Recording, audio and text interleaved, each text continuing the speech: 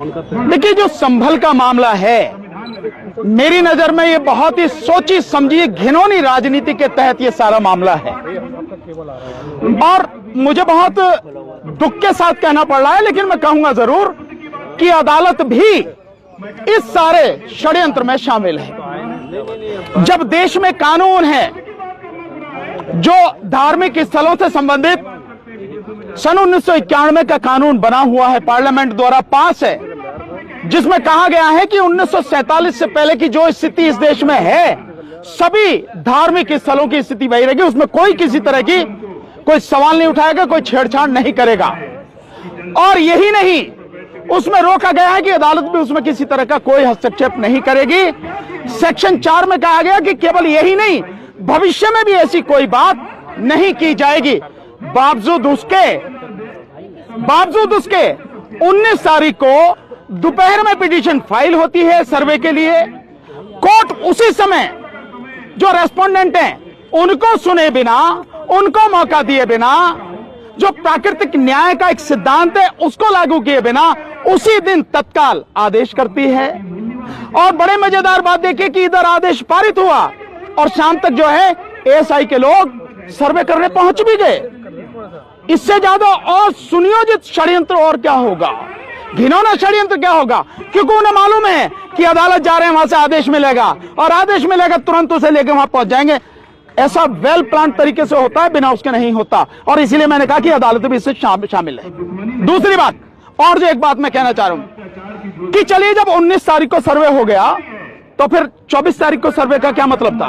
और सुबह 6 साढ़े 6 बजे पहुंच के सर्वे करने, और उसके बाद में जो हुआ 5 नौजवान बच्चे जो हैं हमारे, उनकी जान चली गई, हत्या की गई उनकी। मैं सीधा कहूंगा उनकी हत्या। पहले सवाल का जवाब ले लीजिए यार, इसीलिए मैंने आपसे कहा पहले जवाब आने दो, उसके बाद में जो आप सवाल पूछना।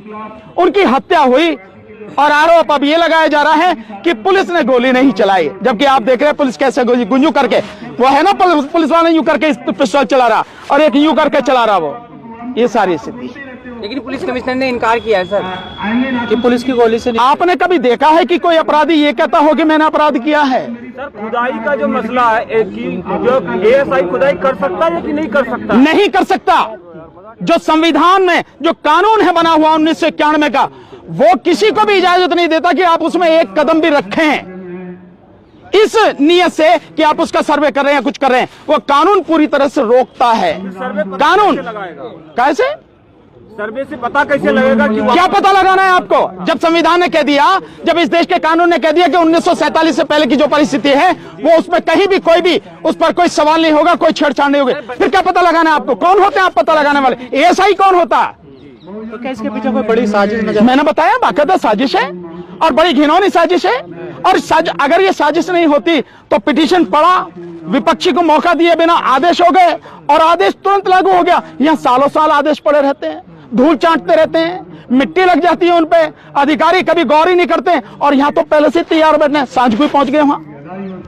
और क्या चाहिए? षड्यंत्र कैसे होता, मिली भगत कैसे होती है, ये सब कुछ सामने है। और 24 तारीख को क्यों किया गया, इसका भी एक कारण है। 24 तारीख को इसलिए किया गया कि 23 तारीख को बेईमानी से जो बीजेपी जीत कर आई है चुनाव में, विशेषकर अगर उत्तर प्रदेश में कहूं तो 9 जो उपचुनाव में सीटें थी, उन पर में 7 सीटों पर जिस तरह से जीत के आई है, ऐसी गुंडागर्दी आपने पहले कभी नहीं देखी होगी।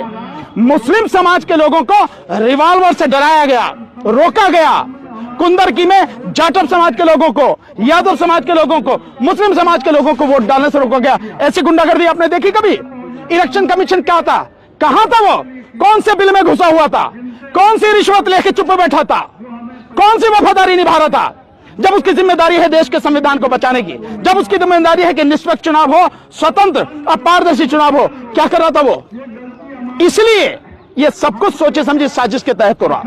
कहा जा रहा है संभल का क्या ऐसा भी आरोप? यार इन्हें तो पूछ लें दो, आपने पूछ लिया। सर, कहा जा रहा है पुलिस की तरफ से कि पत्थरबाजी की गई थी, उसको कंट्रोल करना। आप बहुत सिंपल सी बात है कि जो पत्थरबाजी का आप आरोप लगा रहे हैं, मैं मानता हूं कि पत्थरबाजी हुई है, पर शुरुआत किसने की है? वो क्यों शुरुआत हुई है? पत्थरबाजी की क्यों शुरुआत हुई है? आप जाओगे और एक धार्मिक स्थल में कानून को जो है धता बताते हुए, पैरों तले कुचलते हुए आप बिल्कुल गैर कानूनी, गैर संवैधानिक काम करोगे। और उसके बाद जो आपसे पूछा जा रहा है आप उसका जवाब नहीं दोगे। लोग इकट्ठे हो जाए तो उन्हें हटाने के लिए आप गोली चला रहे हैं, और लोग पत्थर चला रहे हैं तो आप कह रहे हैं पत्थरबाजी। गोली क्यों चलाई गई भाई? पत्थरबाजी से पहले आप इसका जवाब दो कि गोली क्यों चलाई गई।